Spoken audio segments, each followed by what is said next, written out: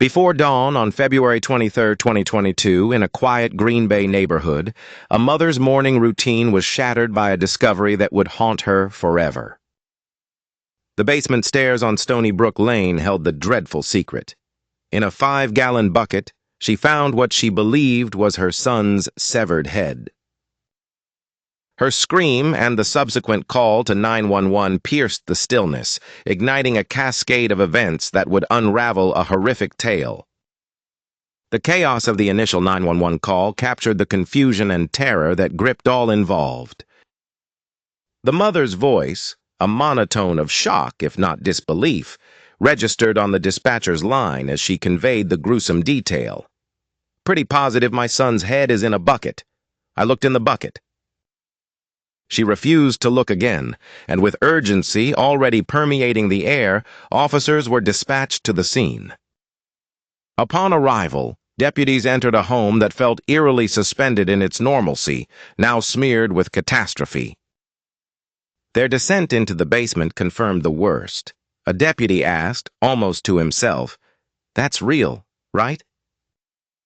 The surreal scene crystallized before them, marked by blood and that damned bucket. Identification followed swiftly. The victim was unveiled. Shad Theurion, a connection of fractured ambiguity to the suspected perpetrator, Taylor Shabbis. The narrative began to take shape as detectives traced Shabbis to her last location, an apartment on Eastman Avenue.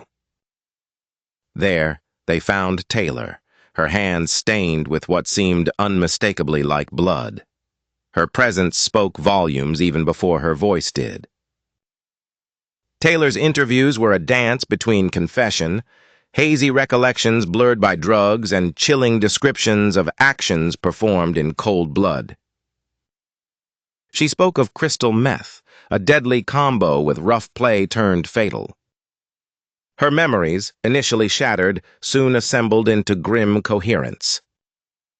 She described the strangulation, how Shad's face altered to hues that signaled life's retreat. Dismemberment followed, an act detailed with unnerving detachment. Kitchen knives became instruments of horror. A bucket collected the remains of human viability. Her words in the second interview painted clearer pictures needed for the impending medical examination, providing clinical descriptions with macabre specificity.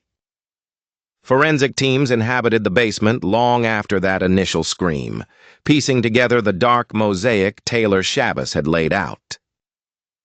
The grotesque artistry of crime was systematically explored, each fragment catalogued, evidence of a community's nightmare. The neighborhood buzzed with reactions, a collective need for understanding, perhaps closure. Horrifying infamy settled over Green Bay like a shroud. Taylor Shabbis, charged with first-degree intentional homicide, mutilating a corpse, and third-degree sexual assault, faced the judicial machinery. Her defense faltered under the testimony and imagery of the night's events. The courtroom bore witness to tumultuous proceedings, marked by attempts to derail the narrative through claims of mental defect. Ultimately, Taylor's fate was sealed. Found mentally competent, her actions weighed against her defense. She was deemed guilty on all counts.